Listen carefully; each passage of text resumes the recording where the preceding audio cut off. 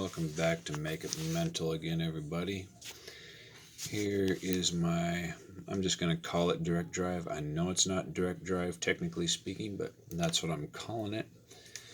It links the motor directly to the ring gear, which drives the wheel.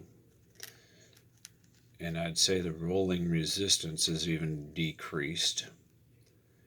This piece here is actually a piece of brass and I think some sort of steel, because that's all I had in that size, so I had to actually mill down that piece of brass to fit inside this steel axle right here, which used to belong to that guy right there. I had to drive the pin out of it, and so they fit nice and snug. And then I heated it up in my butane torch with a pin that went through it. That way it kept both pieces nice and true. Granted, these are the opposite ends of what you're looking at right here, but this is the example.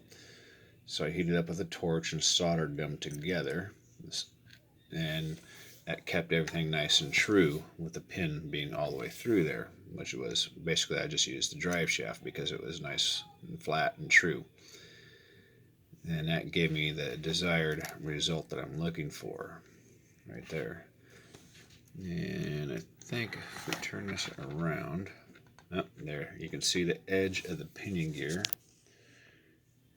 or not the pinion gear, but the edge of the motor and the edge of the shaft right there. So there is, you can appreciate how big a penny is, those of you who know. There's my half shaft. Right, smaller than a fucking penny. And just a close look at the cup here. Evidently we don't want to get brighter for some reason. You can see the outdrive cup has been cut down significantly. Oh, my goodness. I'm getting a fucking light or something. Let's turn it this way maybe. Oh well, I'm wasting camera time. But anyway, outdrive cup from the transmission to the cup on the wheel side, they actually close and they actually physically touch. So there's no room for suspension. But this is how I get in there to put my little half shaft in there. So you want to see it in operation. Well, I can tell you definitely after testing many different motors that this motor here definitely has the highest speed rating using a simple 7-volt battery, not overpowering it.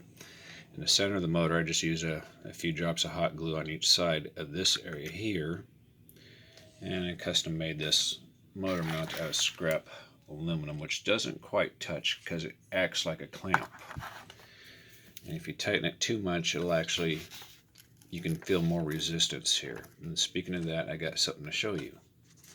There's a factory failure with these HBX units. Alright, this is the front axle assembly.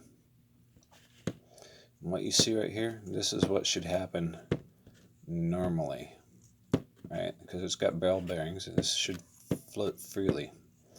But watch what happens when I tighten these 4 screws all the way.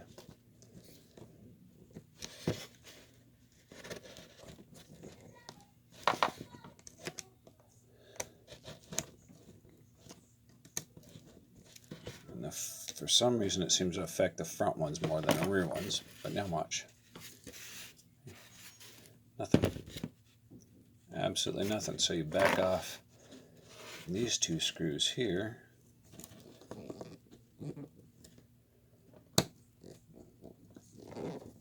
Let's see if that was enough. That's almost enough. Maybe just back of the rear enough, just a hair, a quarter of a turn on each of them.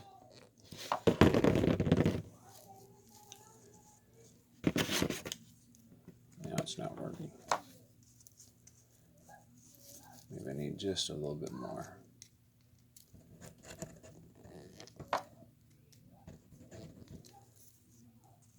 There it is. That's how it should be. Right. And so you tighten these screws back up. Probably loosen them more than they need to be, and nothing. Look. So that's why I seen all that gray shit, and you might have saw that gray shit in when I took the top off the working model. So you might get a little more speed if you get one of these HBX fire runners. If you back off these screws probably half a turn or so, and maybe a quarter turn on each one of these, or more or less depending on what you need. Alright, so I got my 7-volt battery pack rigged up just as a jumper. One side here, and then I'll show you this here. I mean, impressive wheel speed. Incredible. My half shaft's about ready to fall out because it's not braced in yet, but it works. Just like that.